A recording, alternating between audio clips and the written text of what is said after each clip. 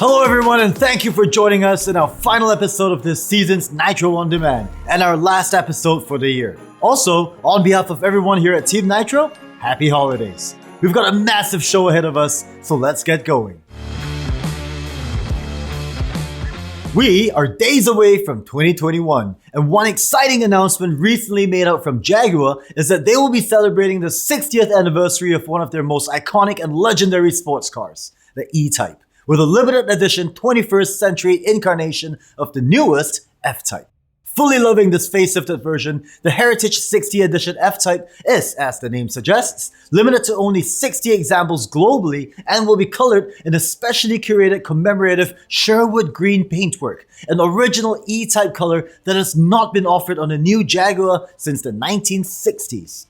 The insides, a dual-tone caraway and ebony Windsor leather interior trim. This classy and beautiful coupe, available in both hot top or open top variants, is equipped with a 567 horsepower supercharged V8 engine that produces 700 Nm of torque and leaps from 0 to 100 km/h in 3.5 seconds with a maximum electronically limited top speed of 299 km/h. It also has a revised 4-wheel drive system and suspensions for heightened driver engagement and 20-inch diamond-turned forged alloy wheels specially designed for the Heritage 60 Edition. To make things even more exclusive, Jaguar will be rebuilding 6 limited edition and flawlessly restored 3.8-liter 1960s E-Types, known as the E-Type 60 Collection. What's not to love? Next up on this week's segment of Nitro Boost, Hennessey. Known for their record-breaking monsters, Texas-based Hennessey Special Vehicles, the manufacturing arm of Hennessey Performance Engineering, has just released updates on their next-generation Venom F5, replacing the impressive Venom GT. This all-new hypercar, designed and built from the ground up, has only one goal in mind, and that is to be the absolute fastest road car on Earth. And to achieve that goal, a completely new design, chassis, and carbon fiber body focus on slippery aerodynamics to achieve the lowest possible drag. The entire car was designed to exude determination, purpose, and drama from every angle, with sculpted aerodynamic ducting alongside sharp, powerful lines to give the car a real sense of speed and intent. The rear-wheel drive Venom F5 produces a mind-boggling 1,817 horsepower at 8,000 RPM from its rear mid-mounted 6.6-liter twin-turbo V8 engine and weighs a mere 1,360 kilograms. To put things in perspective, it translates to 277 horsepower per liter, meaning a power-to-weight ratio of 1.34 horsepower per kilogram, the highest of any road car. As a key priority, its tremendous power and lightweight construction help to shape the extreme, visceral, and untamable nature of the F5 as an unstoppable hurricane-like force in the automotive world. Visit us at nitro.com for more information on this insane and super exclusive hypercar.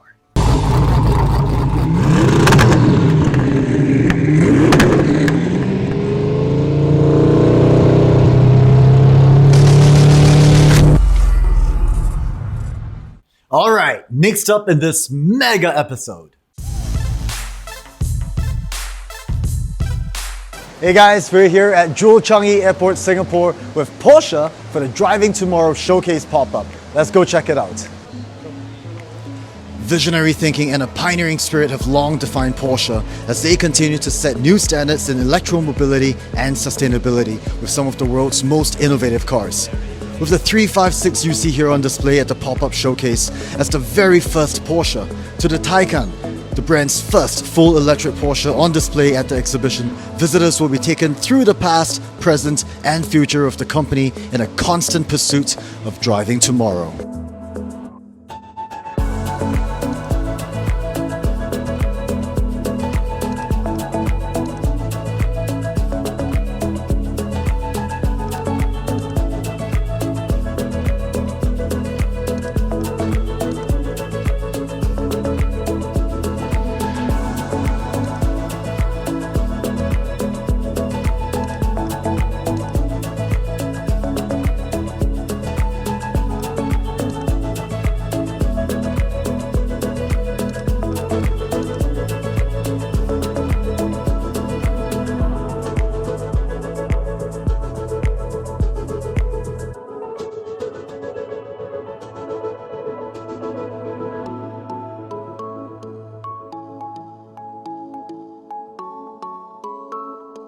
Well, there you have it. This is the Driving Tomorrow Porsche Showcase here at 𝗙𝗲𝗀𝗃 Airport, Singapore.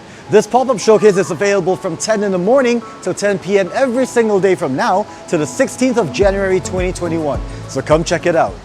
Next up, part 12 of our Show Off with Nitro segment. Enjoy.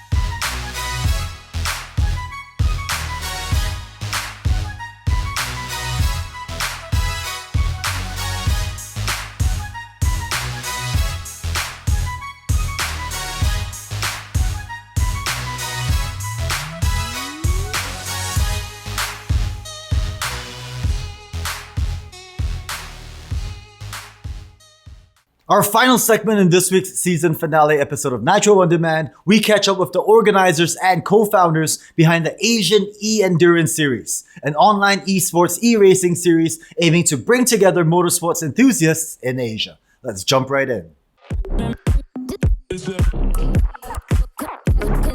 All right, thank you so much for joining us, James, Dennis, and Kenneth. Hi. Asian E-Endurance Series.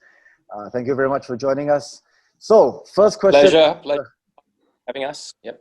Thank you, Dennis. First question, we're going to shoot straight over to Dennis. Now, for the benefit of our viewers who are not yet familiar with what the Asian E-Endurance Series is all about, what is the Asian E-Endurance Series and how did it come about? Okay, I need to go back a little bit, backtrack to basically how all this came about and the meeting of minds, basically. So, okay, basically early last year, Kenneth approached me and he was a bit down and out. He says, Dennis, I want to talk to you. Let's go for lunch. I said, okay. So basically he, was lamenting over lunch about how expensive it was to get into competitive karting because, Kenneth, as some of you might already know, Kenneth was at that point in time the director, right? Kenneth, you were the director of the karting of the Singapore Motorsport Association. So he was basically the head rap of karting in Singapore. And then so I said, I know motorsports is expensive and that's the nature of it, but it is terribly expensive now. And even to get into competitive karting, we're talking about nearly 40,000-50,000 Singapore dollars to be in the front end of like the Rock Cup or something like that. Right. The X30. So we started exchanging ideas as to how we could create a much more, shall we say, affordable, entry point for the average Joe to experience motorsports for themselves. And that's how the Asian Endurance Series, not the electronic one, but the Asian Endurance Series came about as a fun, affordable corporate karting series. And so in April last year, we started the series, and it ran over a 5-race endurance style championship. So you could pull your buddies along, share the cost, enjoy the driving together, and it was really a fun thing. And it's really a very cheap entry level thing because we use fun carts and things like that. And to our surprise, the series actually attracted participants from all over Asia. From Singapore, Malaysia, Hong Kong, Macau, China, even Australia.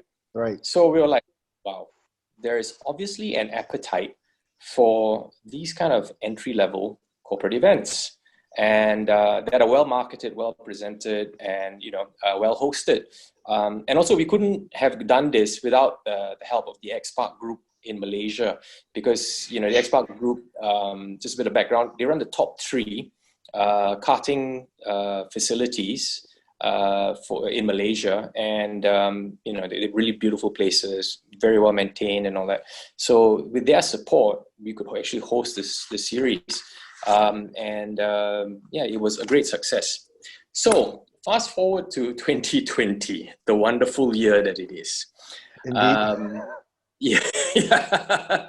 So what happened was 2020 started. We had plans to even expand the Asian Endurance Series, the karting championship, from 5 races to 6 races, including a 12-hour endurance and things like that.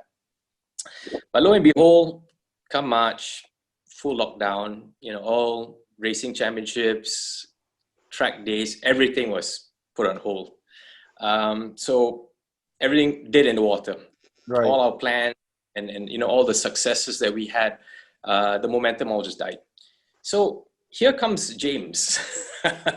James was actually one of the participants in this Asian Endurance Series karting championship. And you know, James, he himself has quite a competitive driving background. From, you know, he's got some background racing in Australia, track days, the usual, you know, the same story, all of us into it. So James approached Kenneth and said, hey, you know, let's not lose the momentum from the Asian Endurance Series and move into the virtual space, you know, because that was something that I also had a mind to, but you know, I kind of always just advised Kenneth, and just to let you know, I've got no real involvement in this. I've always just been a mentor and a soundboard to Kenneth. And a lot of this whole steam and drive to do this is actually Kenneth's energy. So Kenneth has basically, I've just been mentor more than anything else, you know, and brand ambassador for them. So when Kenneth and James came together and said that, hey, let's not lose steam and let's take this forward, how are we going to approach this? Again, they wrote me in and started to bounce off ideas on how to do this. And so they evolved the brand name Asian Endurance Series into the Asian E Endurance Series, with kind of unique. I think you see in our championship, we've thrown in a lot of the uniqueness about endurance racing, but in a shorter format, and basically put it into our own unique racing series online. And I think so far the response has been very good. You know, there's 25, 26 entries all the time. And to the credit of James, who pushed this, shall we say, aspect of the business, he managed to rope in a lot of sponsors, as you can tell, from Penrite Oils to, you know, K&N, Brake Shop, and Racing Roots, and all these people. So Kenneth is you know, he's got a technical background in IT and all that. So it was a great combination with Kenneth and James on the commercial side, pushing this forward. And James also, you know, quite an IT. I am IT blur. I don't know what's going on. Difficulty finding the switch to turn on the computer, you know what I mean? That kind of thing. So these two guys, they pushed it along very, very well. I just gave them ideas in what it should achieve and what direction it should go. And that's basically, and they've run with it, man. They've done a great job. How I got then, thanks to James, he's like, no, you're going to have to commentate. I'm like, I don't want to be a pundit. I don't want to commentate. And then he's like, no, you got to be a pundit. I'm like, okay lah. So that's how I ended up commentating and, you know, being also a steward. You know, okay, the steward part I can understand. I've got, you know, a lot of, quite a bit of race experience, shall we say, to act as a steward. But yeah, so that's where we are. And really all the credit goes to Kenneth and James for making the AES brand grow to what it is today. Well, I mean, I've watched both races, and it's in terms of the number of participants in totality, in terms of how the race is organized. I think from a spectator point of view, it is actually quite interesting and quite fun to watch. I think for the general public, it's also quite important because when it comes to motorsports, be it e-racing or real-life racing, the general public may not necessarily always get the full flavor, if you may. Or the feel of it, yeah. Exactly, right? I mean, we all have friends who have asked us when we go racing, saying, you know, do you guys turn on the radio? What kind of radio? Is there air conditioning inside the car? You know, so a lot of people may not be familiar with this area, and But having said that, they are still fans of motorsports. So I think what you guys have done so far in the first 2 races that have completed, as again, like I said, from a spectator perspective, I think it's brilliant. I think it's fun, it's exciting, and you being there as a host or commentator, I think it lends a lot of credibility as well. So I think in that sense, you guys are doing a brilliant job. Now, I have to ask again, in addition to what you've mentioned earlier, the objectives. So you have mentioned about how the Asian Endurance Series as a karting platform started off a year or 2 ago, was moving on in the right direction until COVID unfortunately hit all of us. And then now bringing it onto the E platform, or the esports e-racing platform. So are your objectives still aligned, or are they different? What are they? I think the objective is definitely aligned with what we are doing. That's why I think Dennis did mention early on that we bring the endurance element to e-racing. In fact, that's how we do it, like a tire, we make it 4 times, that kind of things. So it make it like they need to pick that kind of strategy that they need to think about, which is very aligned with what we are doing for our AES karting race. Right. So yes, I mean, we are, it is aligned with what we are doing. Okay. Well, since Kenneth, we're at you, then let's continue on to the next question with for you. Now, you guys have already organized 2 races, like I mentioned earlier. You guys started off at Sepang International Circuit, round 2, which just concluded successfully at 𝗙𝗚𝗀 International Circuit in Thailand. And you guys have 3 more races for 2021, January, February, and March, 1 per month. Now, in your opinion, how is the season going so far? And what are some of the challenges you guys face as the organizers for the race, for the past 2 races and the upcoming 3 races? Yeah, the first 2 races, rounds I would call it, is amazing basically. We can see a lot of newcomer joining this e-racing committee. We also see a lot of seasoned karters that actually karting and joining into the E as well. Some of them as young as 12 years old. I mean, and he is the winner for the past 2 rounds. So it is great. I mean, if you watch our race online, you also can see like a lot of like net-to-net racing. Is very, very close actually. It's even closer than what we normally do in karting in some of the races. And it's like you can see Dennis is keep on like talking and like it's more like it's like more like a fighting kind of non-stop action. I would say that. There's a lot of it. I'm to be honest, I'm quite surprised at how thrilling the participants have put on such a good show that it actually, it takes a lot to excite me. I quite a lot in motorsports, right? So that was one of the reasons why I didn't want to commentate, because I'm like, seriously, all these online gamers, these kids, what do they know? They're going to be bumper cars, But surprisingly, the level of competition was so intense. Secondly, the level of driving standards are very, very high. And to be honest, I've spotted, 1 or 2, especially, the guy that's been winning the championship, Dylan Tan. I just have to highlight this boy's name. He drove so maturely, and the way we configured the championship now, like what Kenneth was mentioning, for example, although it's a single driver thing, we don't swap drivers per se. But the way the championship is configured is actually to get the drivers to think like in a very endurance mindset, not sprint mindset. Right. So, for example, yes, the first race is always a 10-minute sprint race, right? So that's all out. But that gives you that feel of, okay, I'm a racing driver, I'm going flat out. The subsequent races are reverse grid, and with the 4 times tire wear, it forces you to think very strategically. You need to work out pit stop strategies. You can't just drive flat out. If you drive flat out, lean on the car and all that, you're going to run out of tires. You're never going to be in front. The other thing is also strategically, if you are doing a reverse grid, it forces you to practice on your racecraft. Right. So going fast it doesn't mean you're a racing driver. You can drive fast, but that doesn't make you a complete racing driver.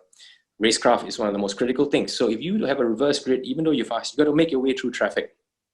You got to be fast enough, you got to be smart enough to overtake, and yet you can't overcook your tires. So that's a very endurance mindset of driving, you see. So people say, yeah, but how come you guys run AES? And we, you know, me, Kenneth, and James really came up with this configuration, specifically with the tire wear and therefore the need to pit stop and things like that, and the reverse grid, to force these guys to think like an endurance driver. That's why it benefits, it really befits the name AES.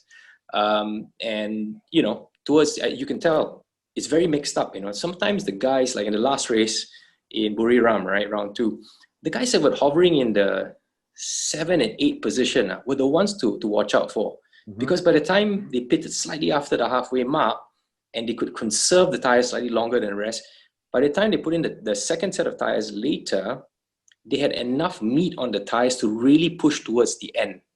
And that's where the excitement really started to happen in the last 2 laps. Right. You see? That is such an endurance thing, right? You know what I mean? And to be honest, we have feedback from drivers saying, no, this is bad. This is how you equalize it. They're not happy with it. But that's the point, you know?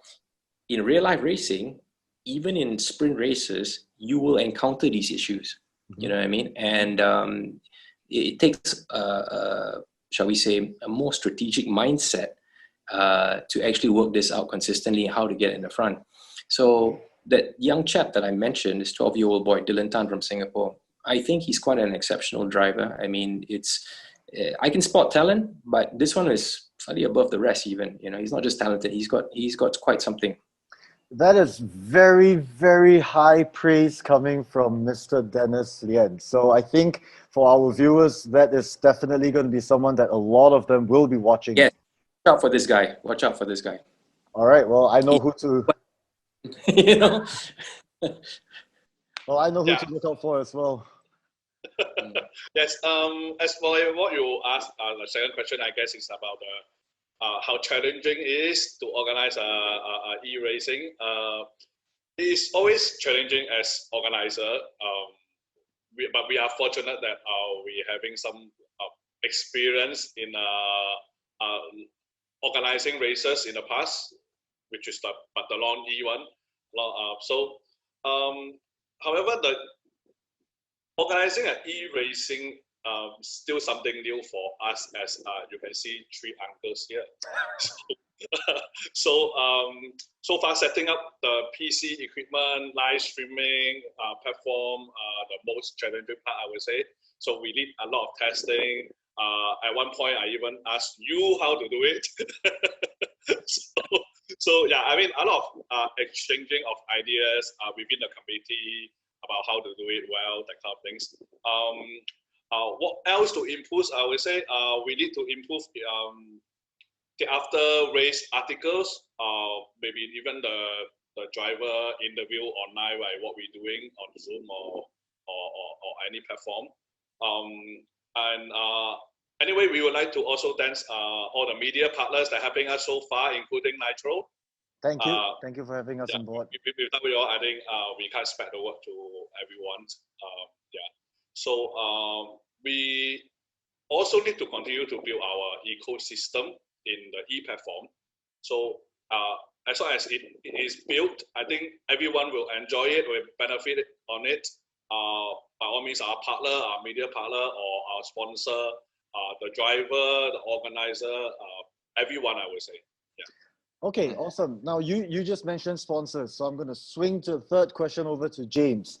Now, we know that, as Dennis had mentioned earlier, you have spent a lot of time and energy in pooling in partners, strategic partners, and sponsors, and understanding how you guys operate and organize the AEES. It's not just about dollars and cents. It's really about creating a platform for the participants to have fun and to learn and to train up, but also to be relevant to the partners who are involved. So your opinion on esports, e-racing, and how you guys will be able to play a role in benefiting your partners and sponsors. Kenneth has mentioned it's an ecosystem of basically sponsors, media partners, participants, and possibly even vendors later on. So what we're trying to do is at the moment, as you can see, most of our partners are like K&N and Penrite are more car-leaning sponsors. But going into e-racing, there's another segment of people that we are also trying to include, which are the hardware, computers, gadgets. So basically, most guys are probably into parts of this segment of enthusiasts, as a hobby, So what we're trying to promote is not just like racing as in an E-series, but like Dennis also mentioned, we were doing go-karting as well. So when you are in the e-racing, you're practicing the mental concepts of racing as well that are actually quite applicable to real life. So based on that,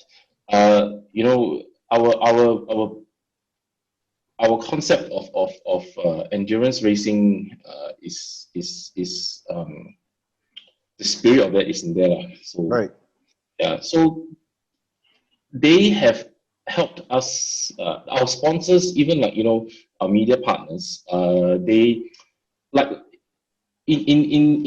since the start of I think the COVID-19 lockdowns all over the world. I think a lot of media outlets are also they don't probably have as much content as they used to, and I think this is also a good time to introduce the e-racing, because the newer age motoring enthusiasts, this will form part of a segment going forward, because a lot of the younger guys are interested in it. And going forward, you can also see a lot of manufacturers trying to market into this segment as well. I mean, if you look at Gran Turismo, a lot of them have direct factory support. So they obviously have seen the landscape going forward of how to reach out to the younger crowd as well. So what we are trying to do from a commercial side is also help out businesses who want to expand onto the e-commerce scene overseas. So for example, if you're an SME in Malaysia or in Singapore, and because of the drop in walk-in and retail, you probably have set up an e-commerce store, and you want to reach out regionally.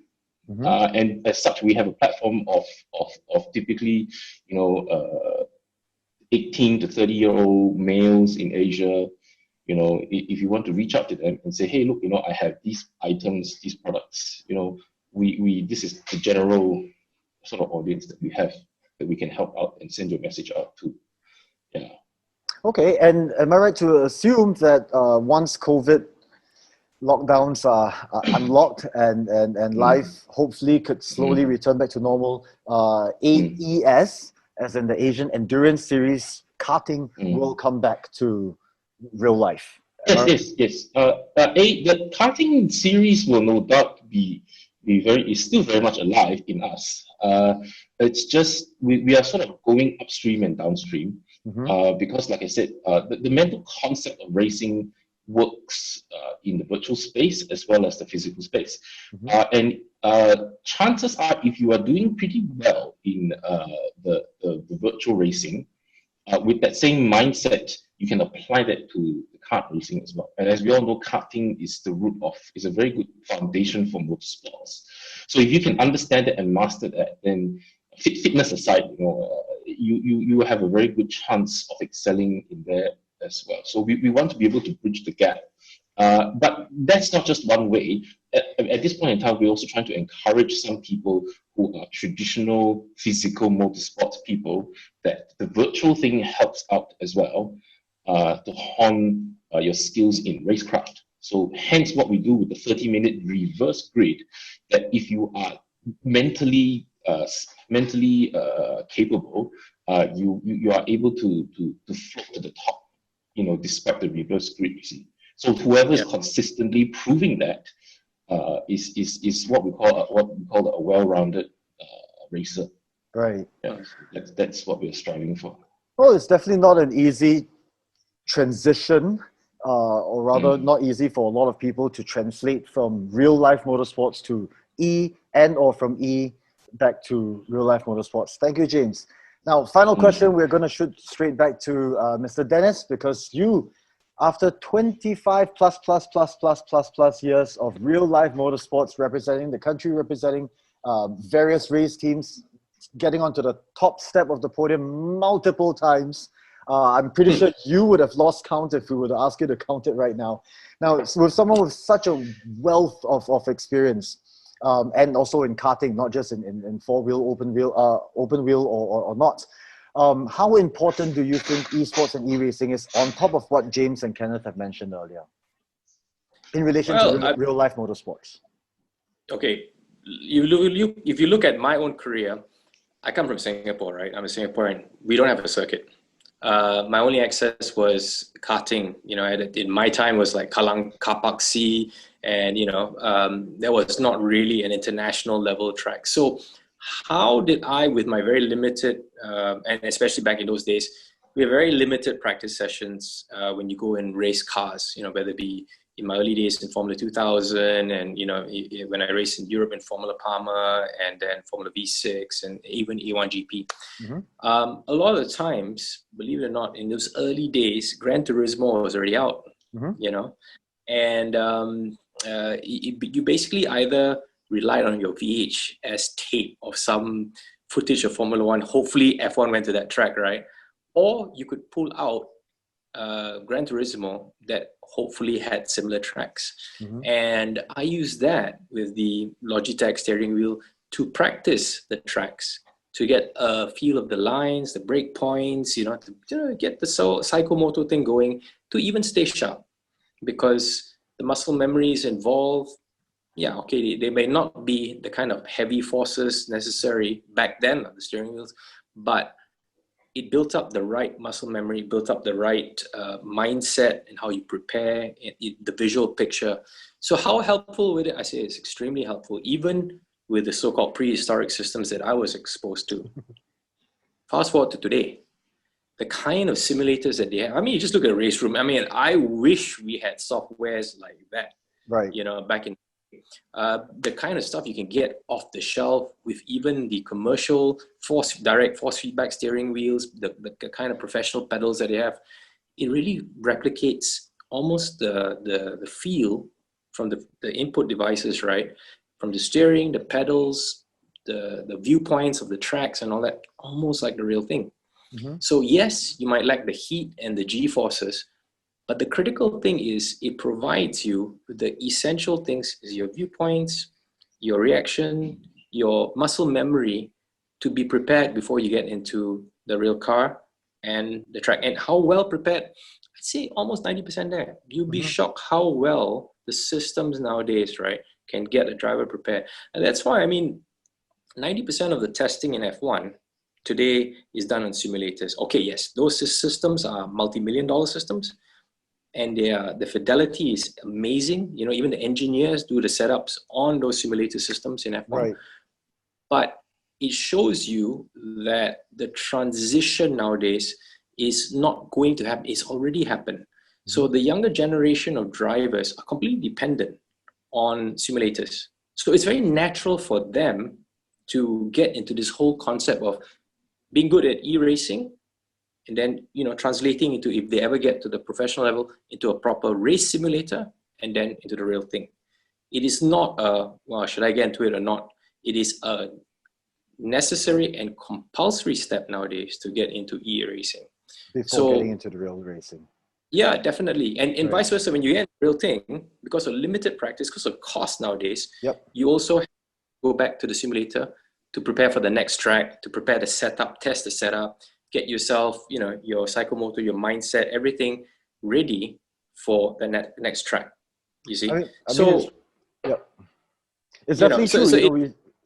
Sorry, technology. Yeah, a lot of people think it's, how important is it? I think it's not just important, it's now part and parcel of, you know, real life motorsports. The virtual world of it is intertwined with the real world of motorsports. You know, you can't get away from it now, and it's going to grow even more because the technology is getting better, the fidelity is getting better. You know, recently, me and James brought me to try a VR headset in a facility, and I was like, blown away. I was like, wow, this thing is so good. And these are just the early generation virtual headsets, right? You know what I mean?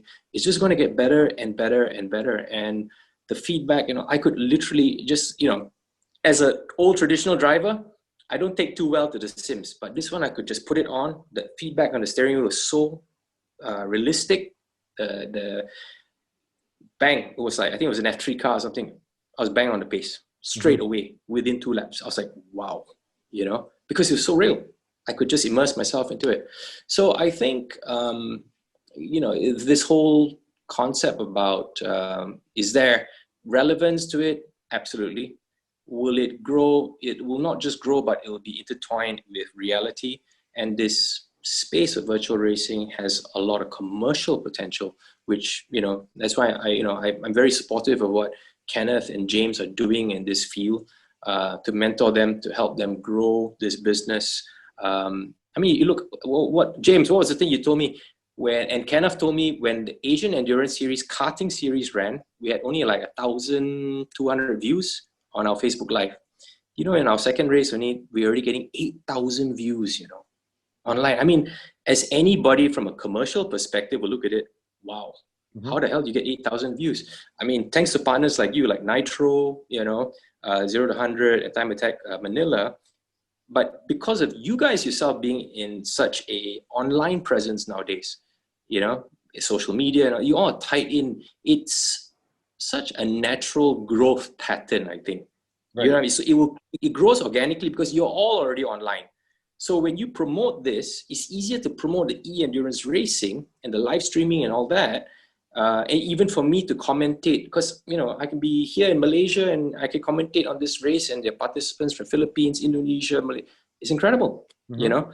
So the technology is pushing this segment of motorsports. And I really deem it as proper motorsports. People might say, oh, it's not, you know, it is. Well, I can attest to that because I do a little bit of fun driving as well occasionally. And after maybe half an hour to 45 minutes, I'm in search of my can of beer. Well, gentlemen, thank you so very much for spending the time with us. Dennis, James, and Kenneth. One final question to ask would be, I know you guys are only in the middle or almost getting to the middle point of your first series. In 2021, will we be expecting AEES to come back for Series 2? Anybody? I would say definitely yes. I mean, as we are still going on to build up our ecosystem for all the stakeholder. I mean, so definitely season 2. That's why we put it season 1 now. There will be a season 2. How many races? Well, we still don't know. But minimum, like what we do in season 1, at least 5, I would say. Maybe in different region, because we can see our season 1 now is in Asia. All the tracks are in Asia, so we will do some other region as well. So yep, we are halfway there. We will be going forward on whatever things that we are doing. So yep. Well, all the best, and once again, gentlemen, thank you so very much for spending your time with us, and good luck for the upcoming 3 races. Thank you. Thanks, Tom, for having us. Cheers. That's it for the season finale episode. Once again, on behalf of everyone here at Team Nitro, thank you for joining us on Nitro On Demand. We hope to see you again real soon, and let's hope for a better year ahead. Happy holidays. Please take care. Hong here. Peace out.